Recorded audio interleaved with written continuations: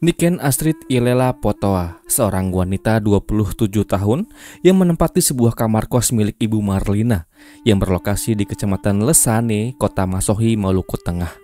Orang-orang yang mengenalnya bilang kalau Niken itu adalah orang yang tertutup, pendiam, dan lebih suka mengurung dirinya di dalam kamar kosnya. Entah apa yang ia lakukan di dalam kamar kosnya sepanjang hari. Para penghuni kos, terutama Ibu Marlina, si pemilik kos-kosan, pernah suatu waktu memergoki Niken keluar dari kamarnya dengan kondisi badan yang lemas dan berjalan sempoyongan. Untungnya saat itu Niken masih bisa bersandar pada dinding, sehingga ia tak sampai jatuh ke lantai. Seorang saudara lainnya yang kenal dengan Niken juga mengatakan hal yang serupa. Di bulan Agustus tahun 2021, Niken pernah berkunjung ke rumahnya di batas kota Masohi. Saat itu maksud kunjungan Niken datang ke rumah saudaranya adalah untuk mencari pekerjaan.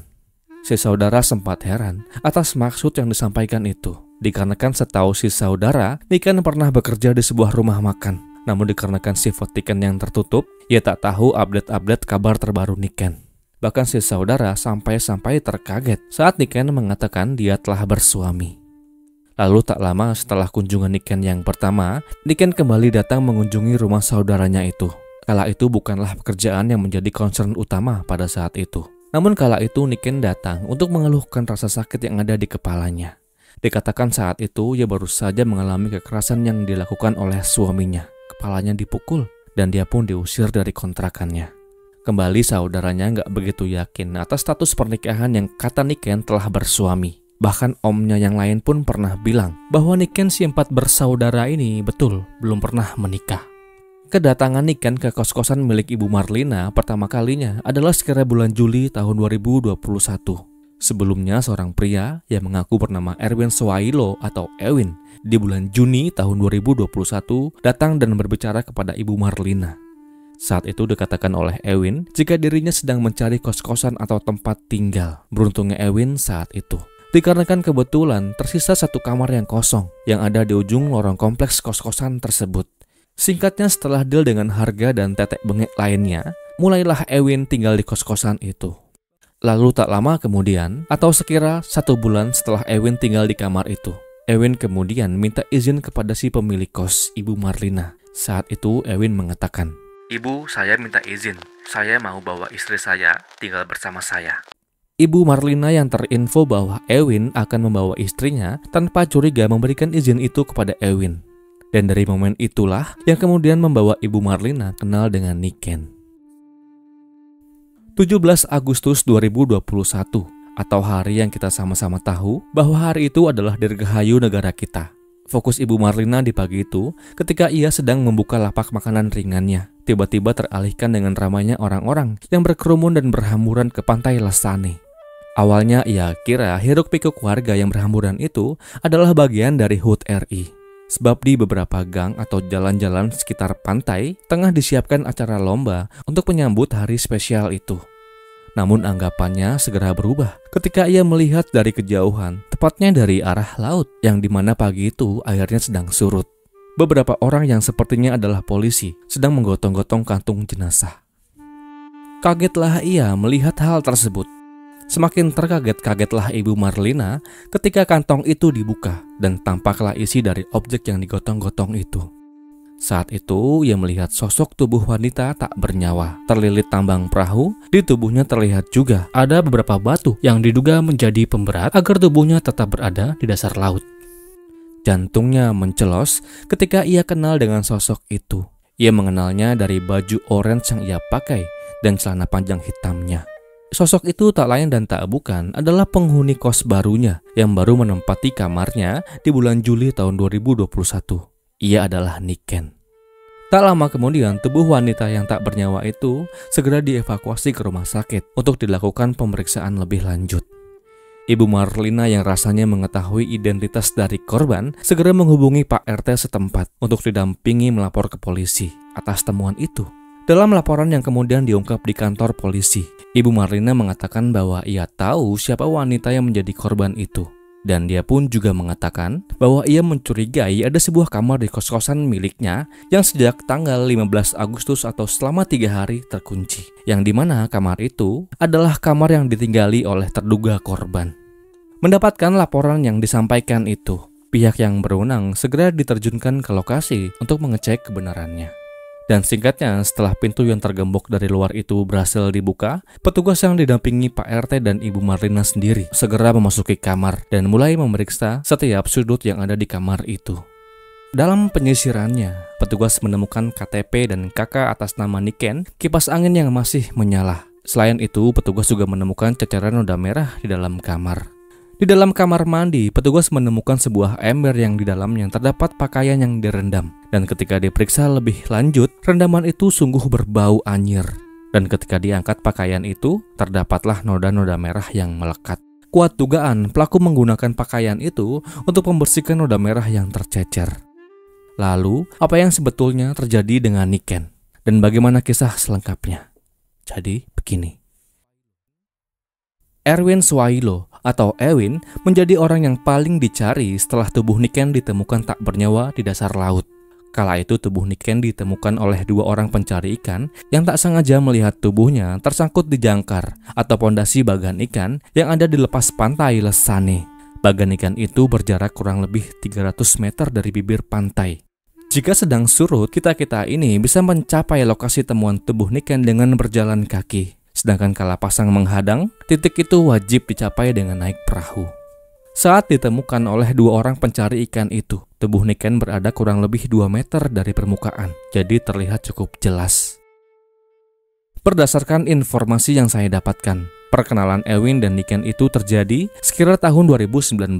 Mereka awalnya berkenalan di Facebook. Dan baru di bulan Juni tahun 2021, Ewin dan Niken memutuskan untuk tinggal satu atap di kos-kosan milik Ibu Marlina tanpa adanya ikatan yang syah. Ewin sendiri adalah seorang pria yang di tahun 2021 usianya 41 tahun. Ia menikah dan punya anak. Namun saya tidak mendapatkan informasi lebih lanjut terkait status pernikahan Ewin yang dijalani bersama dengan istri syahnya. Di Lesane, Kota Masohi, Maluku Tengah, atau tempat di mana Ewin tinggal bersama Niken, Ewin bekerja sebagai penarik becak.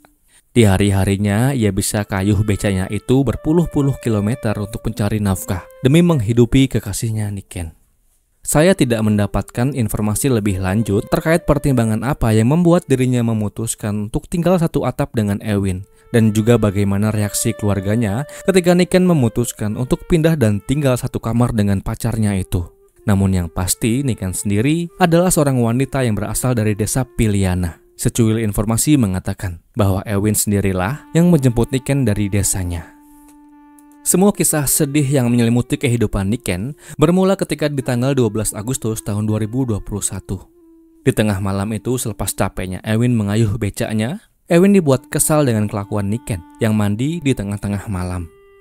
Saat itu sesampainya ia di dalam kamar, Ewin menemukan Niken sedang mandi dalam kamar mandi. Dan lalu setelah Niken tuntas dengan mandinya, Ewin langsung saja menumpahkan kemarahannya dengan menegurnya dan menampar wajah Niken. Tamparan yang Ewin layangkan itu sempat membuat Niken terhuyung. Niken pun akhirnya terjatuh dan kepalanya membentur tembok dengan keras. Benturan keras yang Niken dapatkan itu membuat Niken pusing dan lemas. Bahkan sampai-sampai Ewin harus membopong Niken untuk merebahkan dirinya di tempat tidur. Itu adalah perlakuan kasar Ewin yang kedua kalinya. Pertama kali ia lakukan kepada Niken di bulan Juli tahun 2021. Selepas malam itu berlalu, ada yang aneh dengan Niken. Saat itu Ewin mendapatkan suhu tubuh pacarnya meningkat. Niken demam. Ia juga tampak lemas. Hal itu tentu membuat Niken tak bisa beraktivitas secara normal. Bahkan Ewin sampai-sampai harus membuat Niken bubur agar makanan itu dapat dicerna dengan mudah oleh Niken.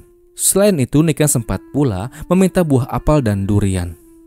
Dalam merawat Niken yang sakit itu, Ewin tidak membawa Niken ke dokter. Kala itu ia hanya memberikan antangin dan paracetamol. Ia pikir bahwa itu adalah penyakit yang biasa yang sering menyerang Niken.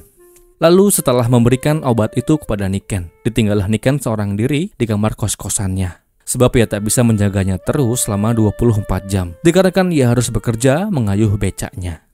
Singkatnya, selepas Ewin seharian mengayuh becaknya, pulanglah ia ke kamar kos-kosannya seperti biasa. Setelah ia memarkirkan becaknya, kemudian ia seret langkahnya mendekati pintu kayu dan masuk ke dalam kamarnya. Namun betapa kaget Ewin ketika ia menemukan busa putih yang keluar dari mulut Niken. Saat itu tentulah ia panik dan bingung ada apa dengan Niken. Padahal tadi pagi kondisinya sudah mulai membaik. Lalu dengan sisa-sisa harapan yang ia miliki, ia coba dekati tubuh itu. Dan ia cek tanda kehidupan yang ada di tubuhnya. Kala itu, Ewin tak menemukan detak jantungnya. Dan pula hembusan nafasnya tak dapat ia rasa. Niken di malam itu telah dipanggil Tuhan yang Maha Kuasa. Saya ucapkan duka yang mendalam. Mengetahui kematian pacarnya yang tak ia ketahui secara pasti penyebabnya, membuat Ewin semakin panik dan bingung. Saat itu ia berpikir harus diapakan tubuh itu, sedangkan untuk melapor saja, rasa-rasanya ia takut. Lalu tak lama setelah ia tak menemukan solusinya, di malam itu juga Ewin pergi meninggalkan tubuh Niken di dalam kamar. Saat itu Ewin tentu sengaja tak mau tidur dengan jasad. Ia pun lebih memilih untuk tidur di dalam pasar yang ada tak jauh dari TKP. Di hari-hari selanjutnya pun sama. Ewin belum punya solusi terkait bagaimana ia membereskan jasad itu. Ia beberapa kali bolak-balik dan mondar-mandir hanya untuk melihat Niken yang terbaring itu. Rencana atau ide untuk mencampakkan tubuh Niken itu muncul di tanggal 17 Agustus tahun 2021 dini hari. Saat itu ia bermaksud ingin membuang tubuh pacarnya itu di lautan, sebab Ewin tinggal tak jauh-jauh amat dari bibir pantai. Setelah mendapatkan ide itu, ia kayuh becaknya menuju kamar kosnya. Ia buka pintunya dan ia dapati tubuh Niken mulai membusuk. Perutnya sudah mulai bengkak, begitu juga dengan kaki, tangan dan wajahnya. Bau busuk tentu saja menghiasi ruangan seluas 3x3 meter persegi itu. Ewin gunakan bajunya yang kemudian ia pakai untuk membersihkan noda merah yang keluar dari hidung dan mulut Niken. Noda itu cukup banyak. Setelah membersihkannya, baju itu kemudian Ewin rendam di dalam ember yang ada di dalam kamar mandi. Setelah memantau keadaan lingkungan yang sepi, tubuh Niken kemudian ia angkat dan ia angkut ke becaknya yang telah ia siapkan sebelumnya. Kondisi dan situasi lingkungan yang sepi semakin memudahkan Ewin membawa jasad itu mendekati bibir pantai Lesane. Sesampainya di depan rumah seorang warga, Ewin kemudian menghentikan laju becaknya dan segera mengangkat tubuh Niken mendekati bibir pantai. Sementara tubuh itu ia letakkan di tempat yang dirasa aman. Ewin kemudian kembali ke tempat di mana becaknya terparkir. Di tempat itu, Ewin mencari batu-batu. Dan setelah batu-batu yang ia cari terkumpul, Ewin kemudian menemukan sebuah perahu fiber yang tertambat di bibir pantai. Lalu singkatnya, setelah ia berhasil memutus talinya, ia angkat tubuh Niken naik ke dalam perahu, juga dengan batu-batu yang telah ia siapkan tadi. Dan dengan perahu itu, Ewin membawa tubuh Niken ke laut lepas. Saat itu Ewin bermaksud untuk menenggelamkan tubuh Niken dengan batu dan tali yang telah ia siapkan sebelumnya. Dan di bagian ikan yang berjarak 300 meter dari bibir pantai inilah tempat yang dirasa aman bagi Ewin untuk mencampakkan tubuh Niken, tempatnya jauh dari warga yang melintas. Lalu setelah ia berhasil mencapai bagian ikan itu, Ewin segera menceburkan tubuh Niken ke dalam lautan dan ia bawa masuk ke dasar laut. Singkatnya, setelah berhasil mencapai kaki-kaki bagan atau jangkar bagan, Ewin tambatkan tali perahu ke tubuh Niken, lengkap dengan batu sebagai pemberatnya. Harapannya, semoga tubuhnya tak menyembul ke permukaan. Tuntaslah misinya. Ia pun pulang dari bagan menuju bibir pantai tanpa menaiki perahu yang ia pakai sebelumnya. Dalam pemeriksaan forensik yang dilakukan oleh dokter Rumah Sakit Umum Daerah Kota Masohi, menyimpulkan penyebab kematian Niken. Dari hasilnya yang kemudian rilis, diungkapkan bahwa kekerasan benda tumpul yang menyasar bagian kepala Niken lah yang diduga menjadi penyebab Niken meninggal dunia. Hantaman itu telah membuat pendarahan di otak Niken, dan hal itu memicu terjadinya kegagalan pernafasan. Dan atas dasar inilah pihak yang berwenang segera memburu orang terdekat dengan Niken yang kala itu dicurigai sebagai pelaku di balik aksi ngeri ini. Singkatnya, Ewin berhasil diringkus di tempat persembunyiannya di dalam pasar. Ia tak bisa mengelak ketika polisi menunjukkan bukti-bukti dan saksi-saksi yang membenarkan bahwa ialah dalang di balik temuan jasad wanita di dasar laut itu. Persidangan yang kemudian digelar di Pengadilan Negeri Masohi melalui majelis hakimnya kemudian menjatuhkan vonis 14 tahun penjara bagi Rewin Soailo atau Ewin. Semoga hukumannya bisa mengganjar Ewin dengan segala kejahatannya. Dan untuk keluarga korban, saya ucapkan duka yang mendalam. Dan kisah ini pun berakhir.